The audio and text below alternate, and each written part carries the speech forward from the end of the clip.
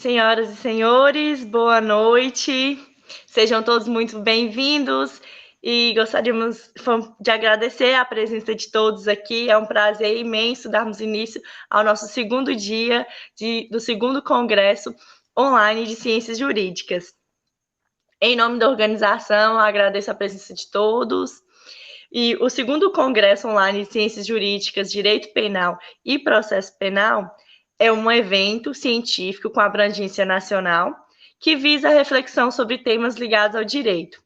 O objetivo é disseminar o conhecimento acerca do cenário jurídico brasileiro, trazendo, assim, informações e atualizações de qualidade com os melhores juristas e mentores do país.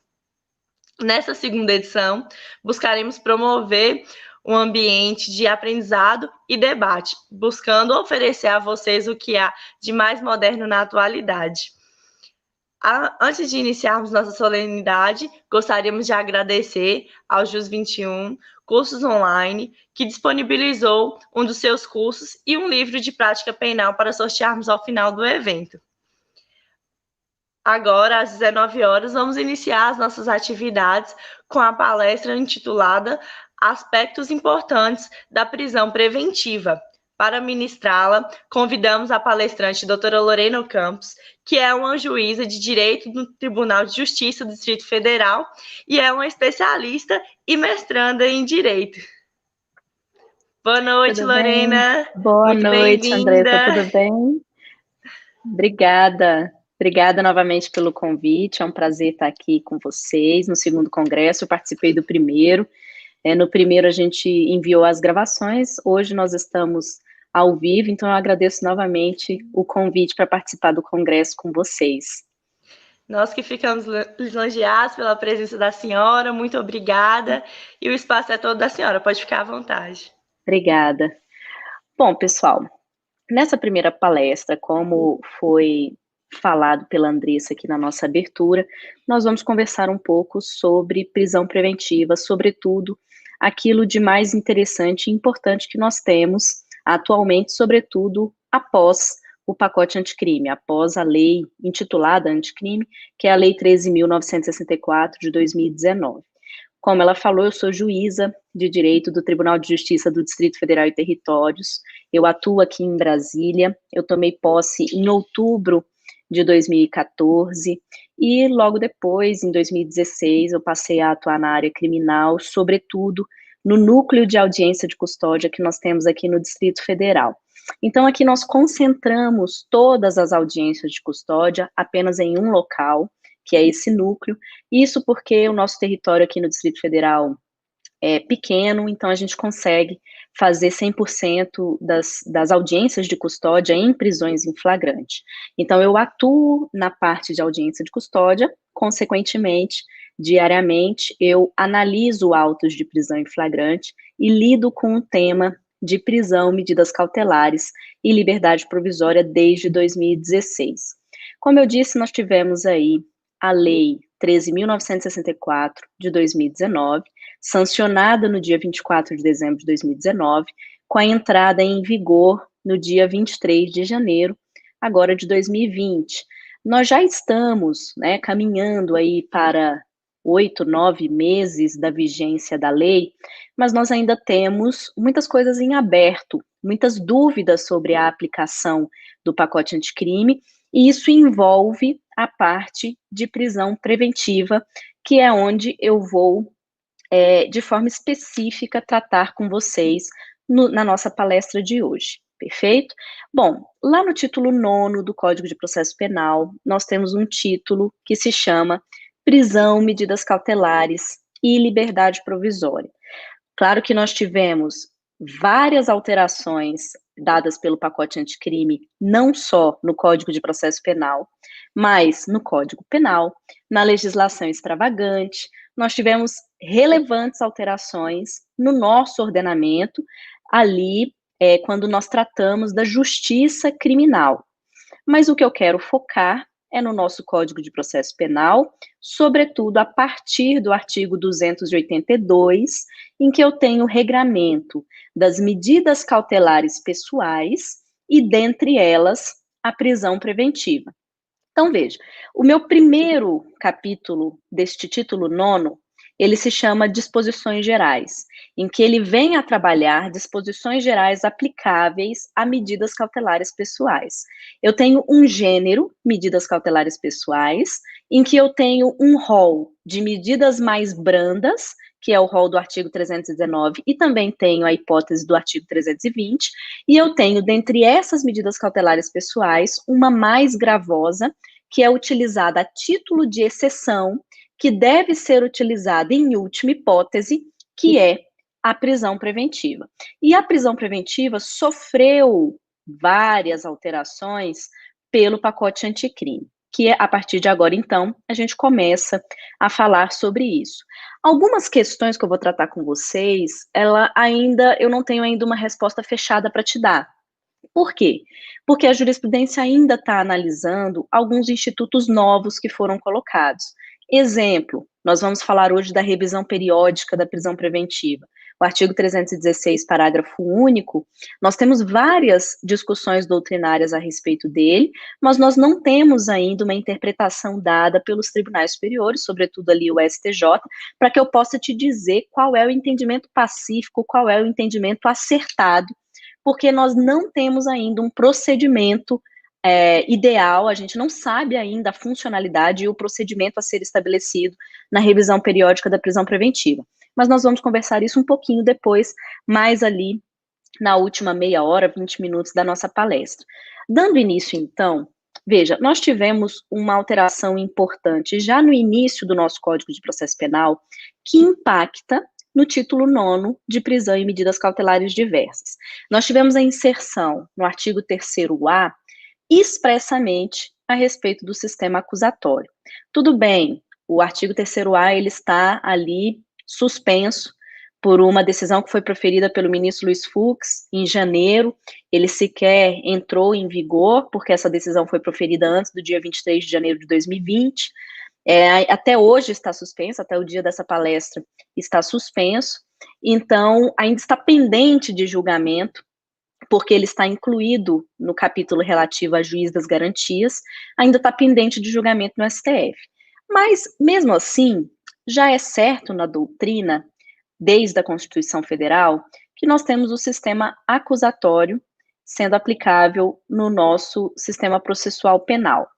Claro que há discussões a respeito de como é esse sistema acusatório, em que a jurisprudência não nos dá muitas respostas a respeito disso, mas com relação a esse artigo 3º-A, nós tivemos impactos lá no título 9º, porque nós conseguimos verificar alterações no artigo 282, no artigo 311, dentre outros, que retiram do magistrado a possibilidade de fixar prisão preventiva, né, fixar medidas cautelares diversas ou decretar prisão preventiva de ofício. Não há essa possibilidade nem na fase pré-processual, nem na fase da ação penal. Ou seja, em nenhum momento da persecução penal, nenhum momento será possível do magistrado decretar prisão preventiva ou fixar medidas cautelares diversas da prisão de ofício. Isso nós conseguimos ver, para quem consegue abrir a legislação ou me seguir aí no Vadimeco, eu vou ler aqui com vocês o artigo 282, parágrafo 2º. As medidas cautelares serão decretadas pelo juiz a requerimento das partes ou, quando no curso da investigação criminal, por representação da autoridade policial ou mediante requerimento do Ministério Público. Então, a alteração substancial promovida neste parágrafo é a retirada da expressão de ofício, impossibilitando que o juiz fixe aquelas medidas cautelares que nós temos lá no 319, que nós temos no 320, a título de exemplo. O juiz não pode fixar de ofício uma medida cautelar de proibição de sair da comarca, de proibição de frequentar determinado local, de proibição de manter contato com determinada pessoa, de ali, vamos dizer, uma monitoração eletrônica, a utilização da tornozeleira eletrônica, que está lá no inciso 9º do artigo 319. Não. Para ele fixar medidas que restringem a liberdade, que restringem direitos, seja de forma mais branda ou de uma forma mais restrita, como é a tornozeleira eletrônica, ele precisa de uma provocação das partes, indo ao encontro daquelas características que nós temos referentes ao sistema acusatório. Essa mesma modificação, com uma leitura muito similar, nós temos no artigo 311, na sequência, indo lá para o capítulo de prisão preventiva. Então, lá no artigo 311 diz: em qualquer fase da investigação policial ou do processo penal, caberá a prisão preventiva decretada pelo juiz, a requerimento do Ministério Público, do querelante, do assistente, ou por representação da autoridade policial. Então, também é retirada a expressão de ofício do artigo 311. Não só nessas hipóteses, mas no próprio artigo 282, nós temos uma das modalidades de prisão preventiva, que é ali citada pela doutrina, que nós chamamos da prisão preventiva sancionatória, da prisão preventiva fixada de uma forma supletiva, porque nós temos a possibilidade de impor a prisão preventiva no caso de descumprimento de obrigações impostas naquele procedimento ou processo. Então, descumprir uma medida cautelar que anteriormente foi fixada, vamos supor, foi colocada uma tornozeleira eletrônica e a tornozeleira eletrônica foi descumprida. Há uma possibilidade de se decretar a prisão preventiva pelo descumprimento dessa tornozeleira eletrônica? Sim, ela não se dá de forma automática, porque pode entender ali as partes e o magistrado que seria possível acumular uma outra medida, substituir essa medida por uma mais adequada. Em último caso, é possível prender. Mas também nesta possibilidade, nesta modalidade de prisão preventiva sancionatória, desta possibilidade de prisão preventiva de forma supletiva, ela somente pode ser imposta também se houver uma provocação pelas partes. Olha o que diz o 282, parágrafo 4º do Código de Processo Penal. No caso de descumprimento de qualquer das obrigações impostas, o juiz, mediante requerimento do Ministério Público, assistente de acusação ou do querelante na ação penal privada, poderá substituir a medida, impor outra medida em cumulação ou, em último caso, decretar a prisão preventiva nos termos do parágrafo único do artigo 312 deste Código. Então, também é retirada do artigo 282, parágrafo 4º, a expressão de ofício. Então, pode chegar a notícia na vara criminal que eu estou ali atuando, vamos supor, que o réu descumpriu a tornozeleira eletrônica como a medida imposta, eu não posso desde já prender. Eu vou ali dar vista ao Ministério Público, ele vai se manifestar, e se ele entender, ele pode requerer a prisão preventiva. Eu dou o contraditório para a defesa se manifestar, então, já tomando ciência da manifestação do Ministério Público, posteriormente eu vou decidir. Pode ser o caso de se decretar a prisão preventiva como forma de sanção? Pode, mas em último caso, a prisão preventiva continua sendo a última opção, a última ratio, e desde que haja uma provocação. Essa é a regra agora. Para qualquer medida cautelar que nós tenhamos, e aqui nós estamos tratando, claro, das medidas cautelares pessoais, seja ela prisão preventiva ou medidas cautelares diversas, eu preciso de uma provocação. Eu, magistrada, de regra, não posso decretar essa prisão de ofício. Não posso fixar medidas como as que eu exemplifiquei de ofício. Mas aí nós vamos para uma discussão que existe na doutrina e uma discussão que ainda existe na jurisprudência. Quando a gente caminha lá para o artigo 310 do nosso Código de Processo Penal, nós tivemos a inserção de um instituto importantíssimo, que é aplicado desde 2015, mas que somente agora foi positivado, somente agora consta no nosso Código de Processo Penal, que é o Instituto da Audiência de Custódia. Então, nós temos lá no 310, após receber o auto de prisão em flagrante, no prazo máximo de até 24 horas, após a realização da prisão, o juiz deverá promover a audiência de custódia com a presença do acusado, seu advogado constituído, membro da Defensoria Pública e membro do Ministério Público, e nessa audiência o juiz deverá, de forma fundamentada, decidir a respeito daquele auto de prisão em flagrante. Então, lembrando, né, pessoal, quando alguém é preso numa situação flagrancial, ele é conduzido para a delegacia em que há a atribuição para a lavratura daquele auto de prisão em flagrante. Então, o auto de prisão em flagrante ele é lavrado na forma do artigo 304, são feitas as comunicações e a remessa desse auto de prisão em flagrante nos prazos previstos no artigo 306 do Código de Processo Penal, e então esse auto de prisão em flagrante chega até o magistrado, porque ele é a autoridade competente, de acordo com a nossa legislação, para decidir esse auto de prisão em flagrante. Então, o magistrado precisa decidir. Só que ele não pode decidir sozinho, ele não pode ficar ali no seu gabinete e decidir sozinho. Ele tem que promover uma audiência, nesta audiência estarão presentes as partes, para um contraditório prévio à decisão judicial, então estará presente o Ministério Público, estará presente a defesa técnica, seja ela promovida por um advogado particular, seja ela promovida pela Defensoria Pública, e o assistido, que é o preso, que deverá ser apresentado pessoalmente. Ele será apresentado para todos esses atores do sistema criminal. Então, além das partes e do juiz lerem tudo que consta no auto de prisão em flagrante, eles vão ouvir a pessoa presa para somente após decidir a respeito dessa prisão. O Instituto da Audiência de Custódia, então, foi colocado no artigo 310 com o pacote anticrime, mas nós já fazíamos a audiência de custódia desde 2015, porque nós tivemos a análise da ADPF 347 em 2015, até hoje o mérito dela não foi analisado, consta apenas a análise da cautelar, mas um dos deferimentos nessa cautelar foi que os tribunais fossem obrigados a realizar a audiência de custódia. Essa ADPF 347 foi aquela em que classicamente a gente conhece, porque ela reconheceu o estado de coisas inconstitucional do nosso sistema prisional brasileiro.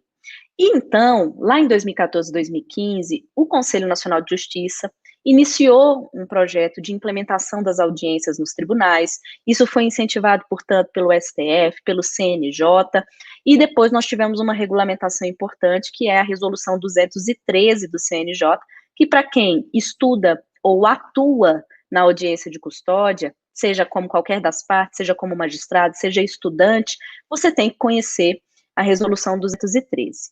Perfeito? E por que a gente realizava, então, a audiência de custódia desde aquela época? Porque nós somos signatários da Convenção Americana de Direitos Humanos, nós somos signatários do Pacto Internacional de Direitos Civis e Políticos desde lá, 1992, e lá nós temos, em alguns itens, a necessidade, portanto, de se apresentar pessoalmente à pessoa detida. Tudo bem? Então, se a pessoa foi presa em flagrante, ela deve ser apresentada pessoalmente, que eu digo, àquela autoridade competente para decidir sobre aquela prisão. Isso ocorre também nos mandados de prisão. Prisão preventiva, prisão temporária, prisão para cumprimento de pena, isso também deve ocorrer. Isso não está posto no nosso Código de Processo Penal. Acabou que o nosso código prevê apenas a audiência de custódia nas hipóteses de prisão em flagrante, mas, pela Convenção Americana, é qualquer hipótese de prisão. E assim, na Resolução 213 do CNJ, ela previu, no seu artigo 13, que também deverá ser realizada a audiência de custódia nas hipóteses de mandado. Voltando para a nossa questão das prisões e cautelares, se pode de ofício ou não. Nós vimos que a regra é não poder. E aí nós caminhamos agora, então, para o momento da audiência de custódia. Vamos supor que todos nós estamos aqui na audiência de custódia, eu sou a magistrada, está presente o membro do Ministério Público, está presente a Defensoria Pública, o réu não, porque não estamos numa fase de processo, mas o autor, suposto autor do fato, está ali na nossa frente, nós estamos ouvindo ele e precisamos decidir sobre a prisão. Neste momento da audiência, vamos supor que quando eu abri para a manifestação do Ministério Público, ele se manifestou pela soltura. Ele falou, olha, eu entendo que o flagrante é regular, houve ali uma espécie de flagrante delito, foram feitas todas as formalidades previstas no Código, no entanto, eu entendo que não precisa converter essa prisão em flagrante em prisão preventiva. O Ministério Público, então, se manifesta pela concessão da liberdade provisória. Posteriormente, a defesa também fala em contraditório, e a defesa, então, concorda com o Ministério Público e reforça a necessidade de que aquele suposto autor do fato seja colocado em liberdade provisória, com cumulação ou não de medidas cautelares. Vamos supor que o Ministério Público até pediu ali algumas medidas cautelares do artigo 319. E o magistrado, então, vai decidir. Haveria possibilidade de converter essa prisão em flagrante em preventiva de ofício? Gente, classicamente o que se firmou na jurisprudência dos tribunais superiores é a possibilidade. Isso, se você fizer uma pesquisa rápida no STJ, você vai verificar várias jurisprudências nesse sentido. Eu consigo citar para você um último julgado de uma última pesquisa que foi feita, que é o HC 581-811 de Minas Gerais, no STJ, da quinta turma, acórdão que foi então proferido, decisão que foi dada então dia 4 de agosto de 2020, e que manteve essa posição de que é possível que o magistrado converta o flagrante em preventiva de ofício. Então, seria uma exceção àquilo que é colocado como regra. No entanto, esta posição ela é muito criticada pela doutrina já há muitos anos, e agora, então, ainda mais criticada, porque a opção do legislador, ao modificar o artigo 282 e o artigo 311 do Código de Processo Penal, foi de retirar qualquer possibilidade de atuação de ofício.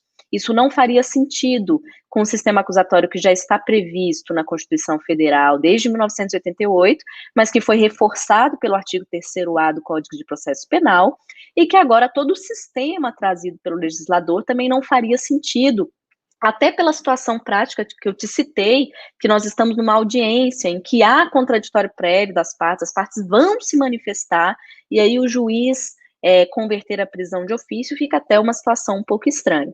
Mas a jurisprudência, ela permite. Daria para a gente dar uma palestra aqui só sobre argumentos favoráveis e contrários a essa decisão tomada pelo STJ. O que eu quero que você tenha por base é que essa matéria ainda vai ser discutida nos tribunais superiores. Não dá para a gente dizer que vai ser um tema totalmente pacífico após o pacote anticrime. E isso a gente pode observar até mesmo de uma medida cautelar que foi proferida pelo ministro Celso de Mello no dia 17 de julho de 2020, lá no HC 186-421 de Santa Catarina, portanto está no STF. Nesta medida cautelar, o ministro Celso de Mello falou e teceu toda a sua argumentação pela impossibilidade da conversão em preventiva de ofício.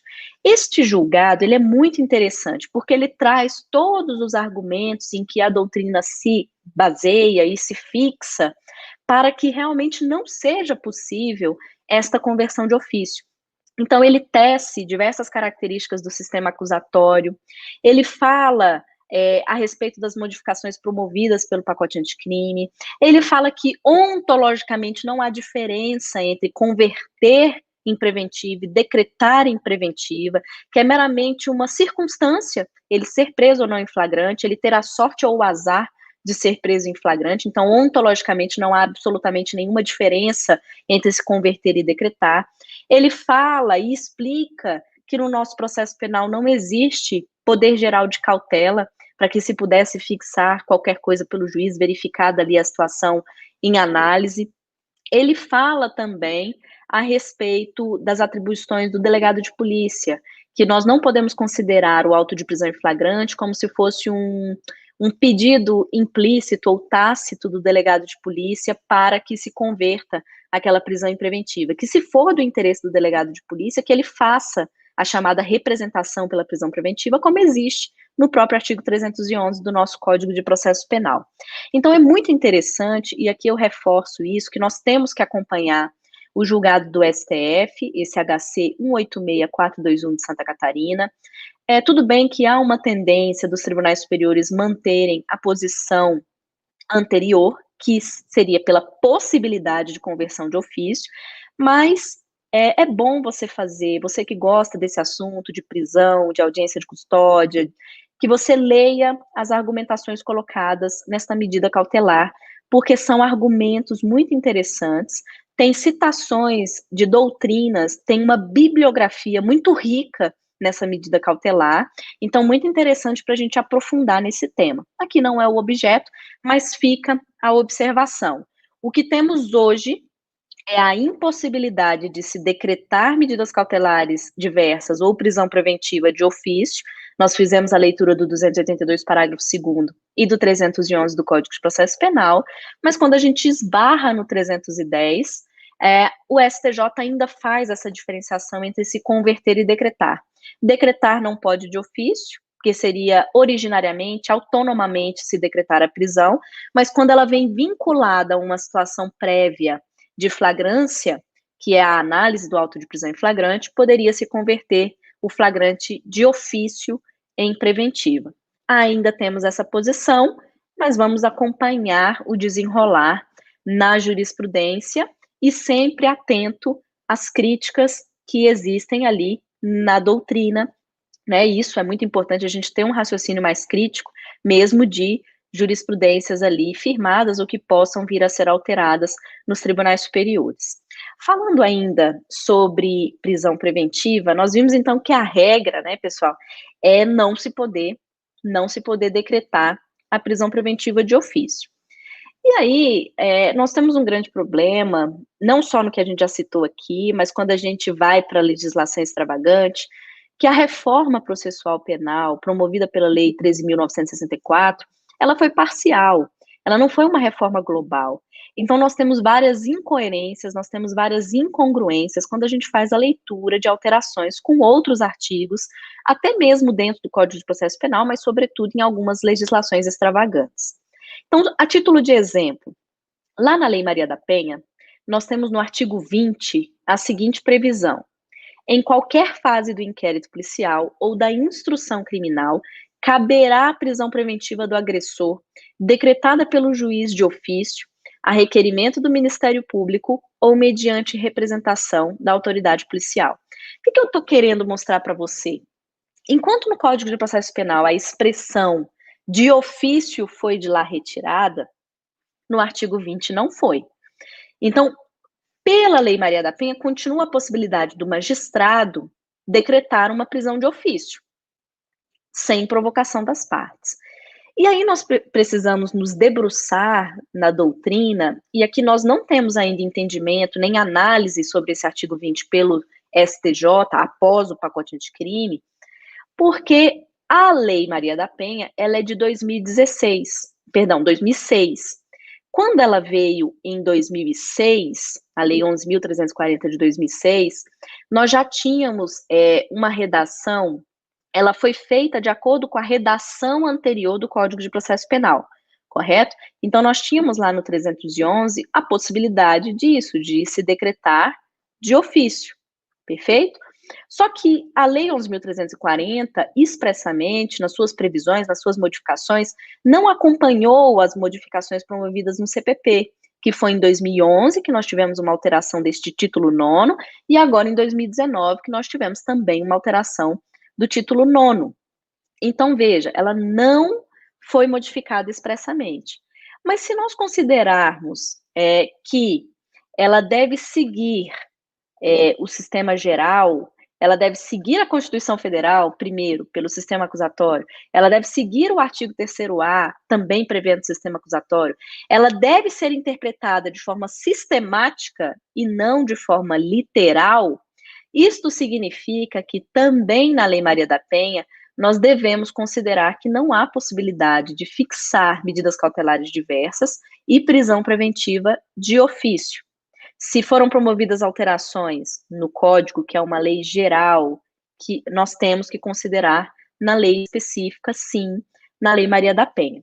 Mas nós temos, claro, uma corrente, essa é uma primeira corrente, nós temos uma segunda corrente que trabalha com o princípio da especialidade, que trabalha dessa necessidade de se resguardar a mulher vítima da Lei Maria da Penha, e que, portanto, por esse sistema tão peculiar que é a Lei Maria da Penha, o juiz poderia, sim, agir de ofício. Aqui no Tribunal de Justiça do Distrito Federal, eu já encontro julgados das nossas turmas criminais que deixam, sim, o magistrado decretar prisão de ofício de acordo com o artigo 20. Mas é o nosso entendimento local aqui, né? Foi o entendimento proferido pelos desembargadores locais, então, aqui do Distrito Federal. Esta matéria, a gente ainda não encontra uma discussão no STJ a partir do pacote anticrime. Então, nós temos que acompanhar para saber qual vai ser a interpretação dada, porque, por enquanto, nós temos duas correntes, que a gente tem que saber também argumentar, saber quais são ali os argumentos dessas duas correntes. Ok? Avançando um pouquinho mais. Vamos agora para o artigo 316, e que então, nesses últimos 20 minutos, nós vamos ficar tanto no caput do artigo 316, quanto no parágrafo único deste artigo 316. No seu caput diz assim: o juiz poderá, de ofício ou a pedido das partes, revogar a prisão preventiva se no correr da investigação ou do processo verificar a falta de motivo para que ela subsista, bem como novamente decretá-la se sobrevierem razões que a justifiquem. Olha só que interessante. Aqui nós vamos ter na parte final do artigo 316 como se fosse uma segunda exceção da regra da impossibilidade de se decretar prisão preventiva de ofício.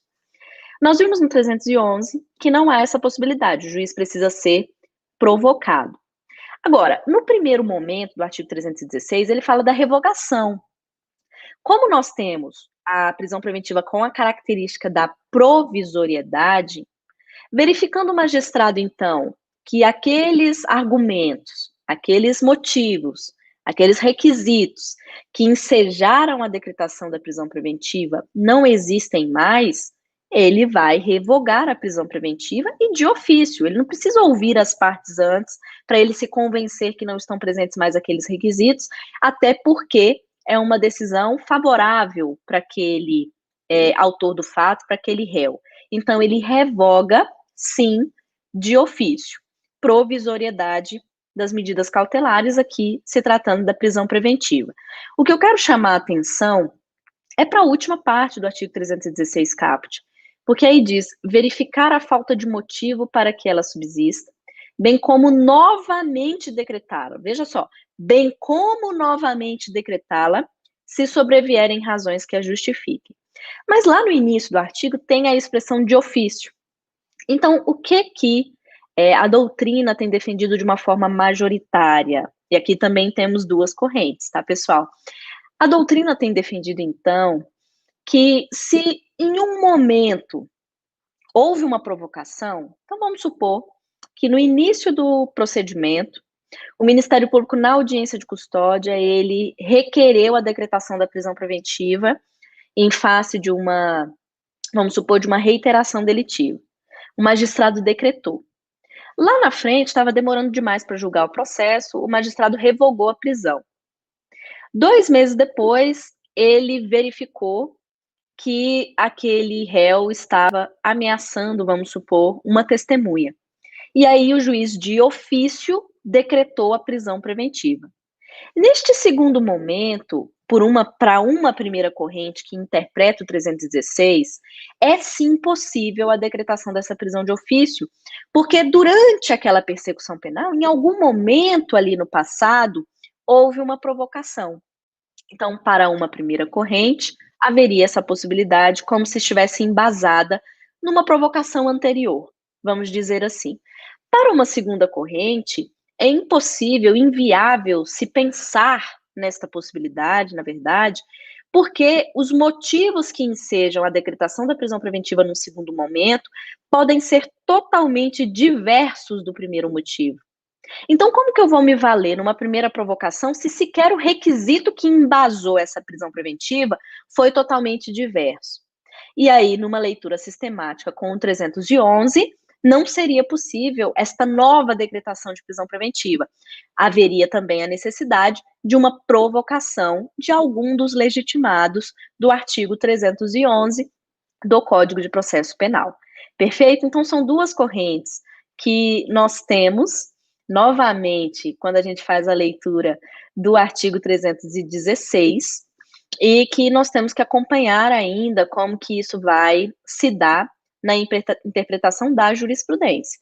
E aí tudo vai depender da sua atuação na prática, se você está, né, qual a sua posição, o que você vai adotar como seu posicionamento para defender ou para atuar como magistrado, como Ministério Público, como advogado, como defensor, e saber as possibilidades de interpretação desse 316 caput. Agora nós vamos para o último tema da nossa palestra, que é o parágrafo único do artigo 316. E não menos interessante do que os demais, na verdade, ele é o que tem mais questões a serem resolvidas pela jurisprudência. Bom, no parágrafo único diz assim: decretada a prisão preventiva, deverá o órgão emissor da decisão revisar a necessidade da sua manutenção a cada 90 dias, mediante uma decisão fundamentada, de ofício, sob pena de tornar a prisão ilegal. Há muito, a doutrina vinha já apelando, lutando, para que fosse colocado algo semelhante no nosso Código de Processo Penal. Com qual intenção? Que a pessoa não seja esquecida no sistema carcerário. Porque, infelizmente, não é incomum a gente encontrar pessoas presas há vários meses, anos, sem sequer um julgamento do processo. Então, para que ela não fique ali esquecida no cárcere, haverá uma obrigatoriedade de reanálise da sua prisão e o prazo escolhido pelo legislador foi de 90 dias. Nós temos instituto semelhante em vários outros países, porque há uma recomendação, até tratando-se aí do sistema internacional, nas cortes interamericanas, nós temos em relatórios da corte essa sugestão de que realmente os países adotem prazos de revisão periódica da prisão. Então, tem países que adotam em meses, 3 meses, 6 meses, tem países que adotam em dias, 90 dias, 180 dias. A escolha do nosso legislador foram ali 90 dias. Então, nós estamos concretizando exatamente a característica da provisoriedade dessa prisão preventiva, devendo, então, ela ser revisada de 90 em 90 dias, para que aquela pessoa não seja esquecida no cárcere. Foi essa a escolha do legislador. Mas é um instituto novo, né? A gente não tem nada parecido, então, como que vai funcionar essa revisão periódica? Qual que é o procedimento a ser adotado nessa revisão periódica? A gente não sabe muito bem. A gente está começando a descobrir agora, a partir da vigência da lei, e agora nós temos poucas manifestações ainda, principalmente do STJ, e pouquíssimas ainda mais do STF, e principalmente em decisões monocráticas. É um tema que a gente tem que acompanhar na jurisprudência para ver o que as turmas, a Câmara ou até a Corte, né, especial ali no STJ, na verdade a sessão, né, a terceira sessão, o que ela vai decidir a respeito dessa matéria. Uma primeira pergunta que eu faço é a seguinte: com a entrada em vigor da Lei 13.964, aquelas prisões que foram decretadas anteriormente à vigência da lei e que já tinham mais de 90 dias, se elas deveriam ser imediatamente revistas sob pena de legalidade, sob pena de relaxamento da prisão. Eu sei que isto não tem mais nenhuma intenção prática nesse momento, porque nós já estamos aí com 8 meses da lei, né, então já passaram até 90 dias a mais desde a sua vigência, que foi no dia 23 de janeiro, mas isso foi discutido com colegas na época, eu e alguns colegas, nós tínhamos tomado um posicionamento por ser uma norma híbrida, que apesar de prevista no Código de Processo Penal, traz um cunho de direito material, sobretudo por estar ligada a um direito de locomoção, nós entendíamos que é uma norma que tinha que retroagir, sim, a prisões decretadas anteriormente. Então, se eu tinha uma situação de alguém com mais de 90 dias de prisão, a partir da vigência da lei, eu deveria reanalisar imediatamente aquela prisão para ela não se tornar ilegal, né? Ou, à medida que fosse completando 90 dias, que ela fosse sendo ali reanalisada. No entanto, não foi essa a postura e a intenção, o que foi fixado ali pelo STJ. Nós tivemos a análise, a título de exemplo, pessoal, do HC 577541, ministro Félix Fischer, no dia 22 de maio de 2020, que ele decidiu que esse prazo de 90 dias para que seja feita a revisão periódica da prisão preventiva deveria ser contado a partir da vigência da lei. Então, a partir de 23 de janeiro, contariam ali 90 dias, mesmo que aquela prisão já estivesse decretada há mais de 90 dias. Então, foi a interpretação dada pelo STJ, tá? Mas a doutrina sempre estava falando mais sobre realmente retroagir a previsão legal, mas não foi essa posição tomada pelo STJ. Agora não faz muita diferença nesse entendimento, porque já passou muito aí de 90 dias desde a vigência da lei, então, de qualquer modo, agora tem que se revisar. Uma segunda pergunta que eu tenho para vocês a respeito do parágrafo único. Ele deve ser interpretado para fins de aplicação às medidas cautelares diversas da prisão? Porque, veja, o parágrafo único diz: decretada a prisão preventiva, ela deve ser revisada em 90 dias. Decretada a prisão preventiva. Não falou decretada a medida cautelar, em sentido genérico. Falou decretada a prisão preventiva. Aqui, nós ainda não temos julgados para eu comentar com vocês. Nós temos correntes doutrinárias. Há quem entenda em se levar a cunho ali o quê? A interpretação literal. Se a intenção do legislador foi apenas com a prisão preventiva, nós vamos revisar apenas a prisão preventiva. E já vi algumas argumentações no sentido de que exatamente a prisão preventiva que deve ser revisada, porque a pessoa está no cárcere. Então, ela possui uma dificuldade maior de contato com a defesa técnica. Para quem tem advogado constituído, é até mais fácil. Mas quem ali, que é a maioria, né, da nossa população carcerária, quando a gente olha as estatísticas, quem ali está dependendo mais do atendimento da Defensoria Pública, que em alguns estados ela ainda está se estruturando, há uma dificuldade maior de comunicação com a defesa técnica, até mesmo pela própria organização do sistema prisional, a depender do estado. Então, para alguns, se justifica realmente na hipótese da prisão preventiva, porque a pessoa está ali com uma determinada dificuldade de acesso à defesa técnica. Agora, para quem estivesse solto, ele poderia a qualquer momento pleitear isso junto à sua defesa, pedindo para o juiz rever a necessidade de aplicação daquela medida cautelar. Para outra corrente, mesmo falando-se ali prisão preventiva, deveria se estender sim a qualquer medida cautelar pessoal. Porque pode ser uma medida mais branda que for, a medida mais branda que for, vamos supor ali uma mera proibição de sair da comarca, um comparecimento periódico em juízo, uma proibição de comunicar com alguém, pode ser uma medida mais branda. Não estou nem ali falando da tornozeleira eletrônica, que é mais restritiva, né, mais gravosa, mas de uma medida mais branda. De qualquer forma, tem uma simbologia e gera um constrangimento para aquela pessoa que está respondendo aquele procedimento ou aquela ação penal. Então, nós temos duas correntes, ainda não temos decisão pelos tribunais superiores. Terceira pergunta que eu faço, né? Qual será o juízo competente para fazer esta revisão de manutenção da prisão, né? Porque quando eu trato, eu estou na primeira instância, vamos supor que o João está preso por um roubo, ainda não concluiu o processo na primeira instância, está tramitando o procedimento comum ordinário, está tramitando a ação penal. Está muito claro, vai ser o juiz de primeira instância que a cada 90 dias vai ter que revisar aquela prisão preventiva.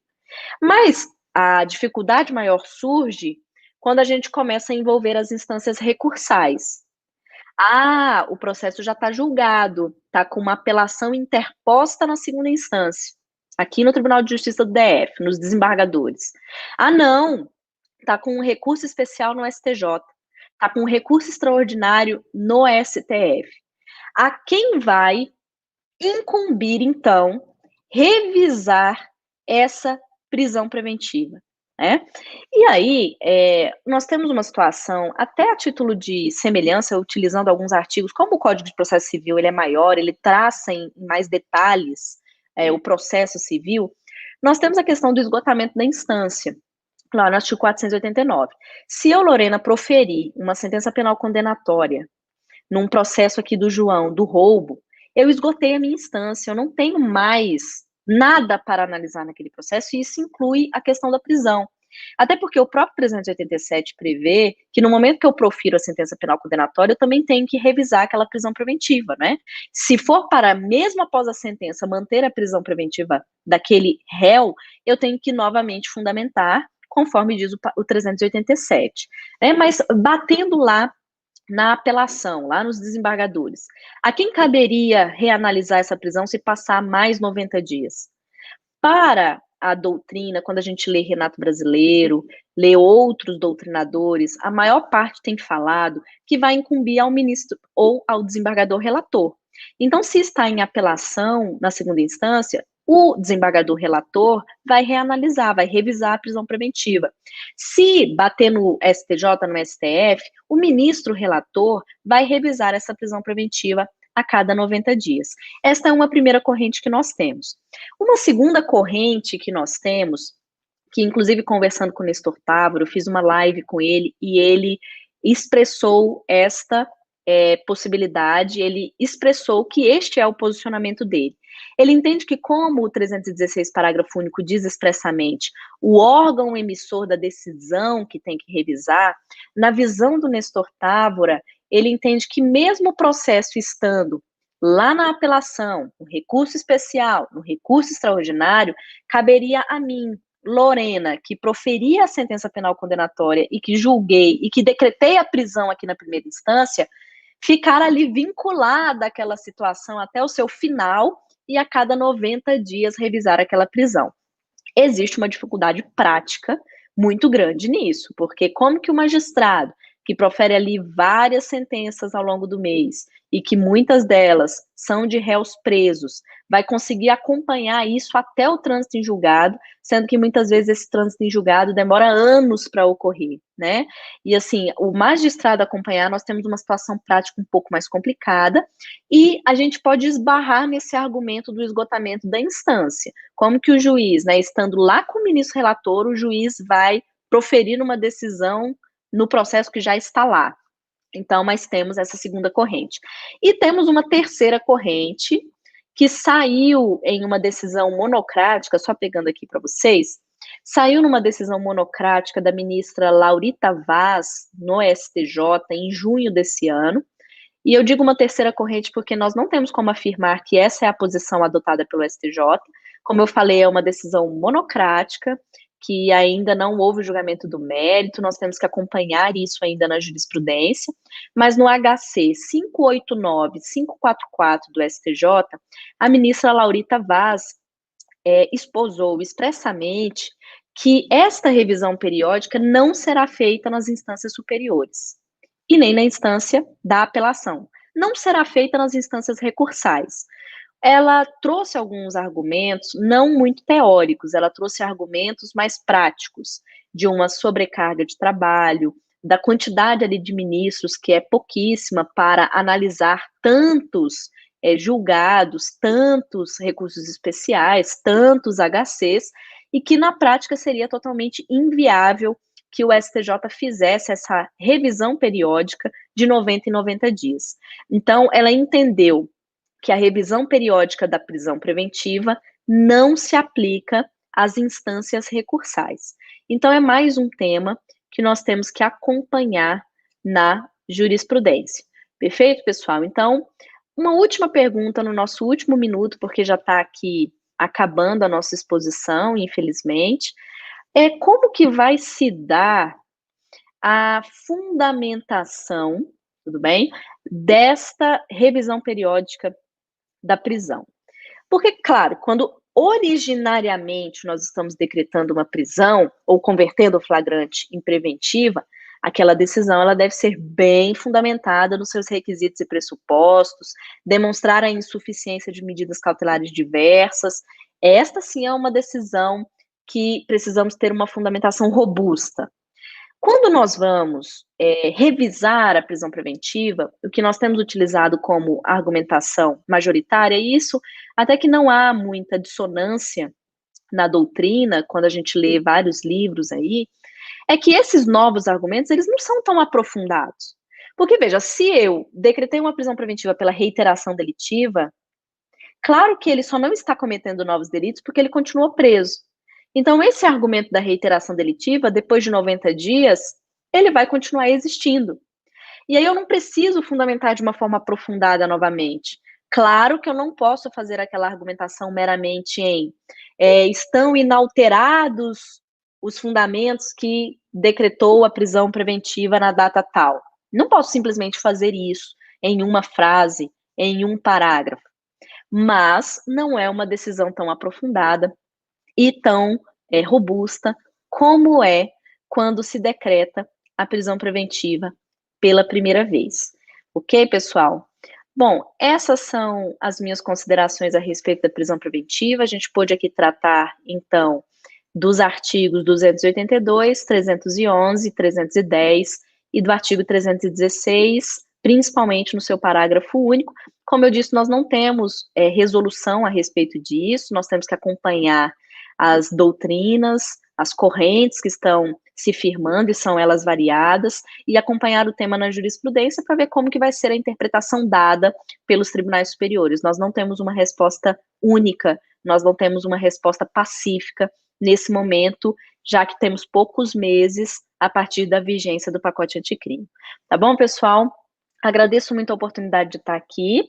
Para quem quiser me acompanhar mais, tem o meu Instagram, prof.lorenaocampos, meu nome é Lorena Ocampos mesmo, e fiquem à vontade para poder vir falar ou para a gente poder dialogar a respeito de temas em processo penal.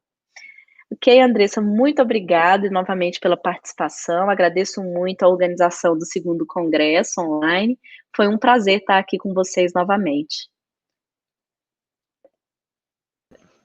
Nós que agradecemos, doutora. Muito obrigada por aceitar o convite, muito obrigada pela excelente palestra, muito obrigada mesmo. E temos uma perguntinha aqui para a senhora.